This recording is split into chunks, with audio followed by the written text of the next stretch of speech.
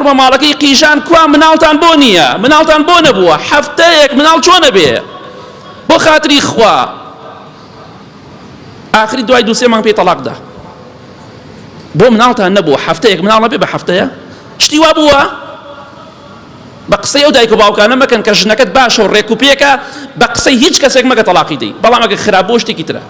نەگونجای لەگەڵیدا من باسی کەسێک دەکەم کە عیبیتیانێ و ڕێک و پێکە وەڵا ئەگەر ژنەکەم پەیوەندی لەگە خەڵکا بکە ئیکوژم ماشەڵڵا پیاوێ بە شەریف و مبارەکی ماشەڵڵا چەندێ بە حەیا ئەی خۆ بەرگە خەڵکەی ئەی بۆچی قبوڵی ناکەی خەڵ لەگەڵ ژنەکەت و کچەکەت تا بێ و بەڵام خۆش لەگەڵ کچ و ژنی خەڵکەی ئەمە ئینسانێتی تۆیە ئەمە مرۆڤایەتی تۆیە تۆ پیاوەتی و مرۆڤایەتی لەدەست داوە تۆش ژنایەتی و وەفات لەدەست داوە لعنەتی خوا لەو کەسانە بێت پێغەمبەری خوا فەرمی صلی الله علیه وسلم کە زۆر بەڕەحمە بەرامبەر بە ئیمانداران خوای گەورە دەفەرمێ زۆر بەڕەحمە بەڵام دەفەرمێ لعنەتی خوا لەو ژن و پیاوانە بێت کێ پێی خۆشە لعنەتی خوای بەرکەوێ کەس پێی خۆش نییە یا ڕەبی خوای ئەو ژن و پیاوانەی کە ئەمە سیفەتیانە دواییش بە یەک ئەگەن خوایە گیان داوات لێ ئەەکەم یا ڕەبی خوایە هەتا مردن لە کێشە و ئاژاوا بن قەت بەختەوەر نەبن چونکە ماڵی خەڵکیان تێکدا ئەو پیاوە بەناو پیاوە ئەو نێرە بیرێک لەوە ناکاتەوە من مناڵی ئەم ژنە سەرگەردانەکەم ئەم ژنە مناڵەکانی ئاوارە و پەرتەوازە دەبێت مناڵ لە دایکی دوور دەخاتەوە بێنازی دەکات ئەی نازانی بۆنی دایک چەندێک خۆشە ئەو مناڵە پێویستی بۆ دایکەیە دایک زۆر زۆر گرنگترە لە باوک مناڵ ئەوەندە گرنگی بە دایکی ئەدا و لەگەڵ دایکی ئەوەندە لەگەڵ باوکیان نییە تۆ دایکی لێ بچڕێنی لێ جیاکەیتەوە بەس تەنها لەبەر شەهوەتی خۆت ئەی مەلعون تۆ مەلعونی لعنەتی خوات بەرکەوتووە ئەو ژنانەشی کە پیاوی خەڵکیە لەگەڕێنەوە هەمان کەسن هەر خوا لعنەتی لێیان کردووە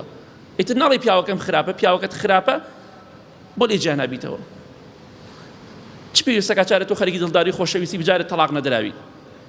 وەڵام من خەریکی ئەم نێرانە دەڵێن دوولۆڕی بەڕێستان وەڵام من دەمەوێت کێشەکەی بۆ حەلکەم ئەو هەڵی گەڕانە دەڕە شوم پێ بکە کێشە حەلکردن ناوا بێ یعنی تۆ بڕۆتە کێشەیەکە وەڵێ وەرە شوم پێ بکە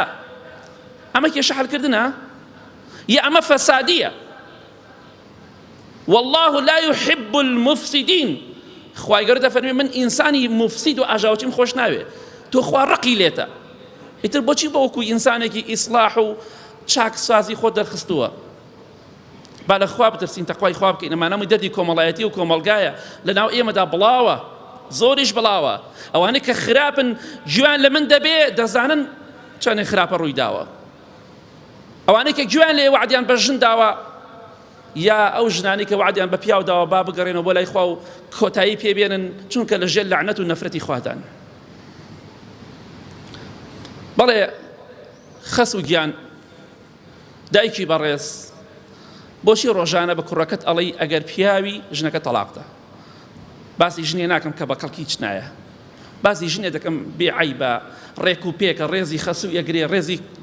خزم و کەسوکار ئەگرێ ڕێزی میوان ئەگرێ عیبیتیان نیە بەڵام خەسووی حەزی پێی نییە لەبەرەوە خزمەکەی کوڕەکەی خزمەکەی خۆی نەهێناوە زۆر جار یا لەبەر هەر هۆکارێکی تر بەو خەسوە دەڵێم پێغەمبەری خوا فەرمیێ صلی الله علیه وسلم لعنەتی خوا لەو کەسە بێ کە پیاوێک لە ژنەکەی هەڵەگەڕێنێتەوە تۆش کاتێکە کوڕەکەی خۆت هەڵ ئەگەڕێنیتەوە لە خێزانەکەی بە لعنەتی خواکەوی بۆیە هەندێک خەسوو هەیە ڕۆژانە نەفرەتی خۆیان بەردەکەوێ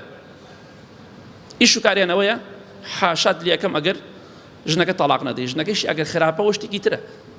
بەڵام بۆ زڵمی لێ بکات ئەگەر خراپ نییە باوەڕم پێکەن ئافرەتێک دەیناسم شووی کرد ڕۆژی حەوتەمی بڵێن ئافرەت بۆ لە جومعە شووەکات جومعە ڕاتە ماڵ باوکی ئەو پێشەوەی هەفتەکە بەسەریا بێ پێشەوەی بڕاتە ماڵ باوکی بۆ جاری یەکەم خەسووی هات بۆ ماڵیان بەڵێ دەیناسم هات بۆ ماڵیان شەڕێک و ئاژاوەیەکی گەورەی لە ماڵەکە دروست کرد کوڕەکە دەی دایگیان پێم بڵێ کێشە چییە والله ئافرەتێکی جوان ڕێک و پێک لە هەموو لایەکە ڕێک و پێک کێشەکەی چی بێ باشە دایکی هاوارێکە دەی پڕ بە ماڵەکەی قیژان کوا مناڵتان بۆ نییە مناڵتان بۆ نەبووە هەفتەیەک مناڵ چۆنە بێ بۆ خاتری خوا ئاخری دوای دوو سێ مانگ پێی تەلاق دا بۆ مناڵتان نەبووە هەفتەیەک مناڵ نەبێ بە هەفتەیە شتی وا بووە بە قسەی ئەو دایک و باوکانە مەکەن کە ژنەکەت باشە و ڕێک و پێکە بە قسەی هیچ کەسێک مەگە تەلاقی دەی، بەڵام ئەگە خراپ بۆ شتێکی ترە نەگونجای لەگەڵیدا. من باسی کەسێک دەکەم کە عیبیتیانێ و ڕێک و پێکە، بەڵێ